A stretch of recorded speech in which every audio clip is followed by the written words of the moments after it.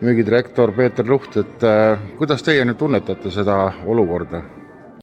No me tunnetame seda samamoodi nagu teised Eesti turuosalised, et ega me ei erine.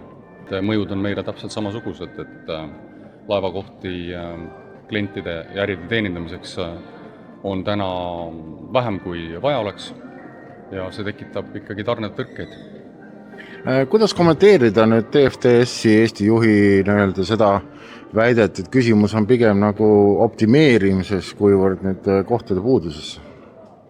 No eks seal võib omajagu tõtt olla, sellepärast et see baseerub ju paljuski selles, mis on selline logistika igapäev, et peamised mahud Skandinaavia suunal, Rootsi, Norra, Taani liiguvad ikkagi nädala alguses, teisipäeviti, nädalavahetustel ja kindlasti ka meie ise saadame ülejäänud nädalapäevadel vähem mahtu. Kas siin võib olla siis see põhjus, et nüüd see kvoodikauplemise süsteem, see ETS, mis laevanduses nüüd järjest räigemalt peale on tulnud, et see ongi teinud laevafirmade need tegevuskasumid nii õhukeseks, et ei tasugi enam pidada üldse laeva?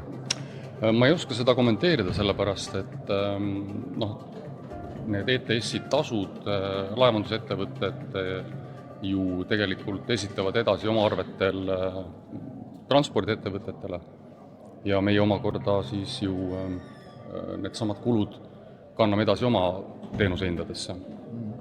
Nii et selles mõttes lisalaev ikkagi, ütleme nüüd see puudus, mis Tallinki ühe laeva lahkumisega tekkis, et see ikkagi oleks vaja kompenseerida? Kindlasti ma kompenseerida. Kuivõrd see võib olla nüüd riigi probleem, et Eesti ekspordi ja võimekuse küsimus? No ma arvan, et see on riigi vaatest ikkagi strateegiline mure, kui Eesti konkurentsivõime selle tõttu väheneb. Et see tõstab kindlasti teenuste hinda, sest kasutusel on läinud alternatiivsed marsruudid, kuidas jõuda sihtturgudele, mis on kõrgemate kuludega ja varem või hiljem see jõuab ka toote hinda.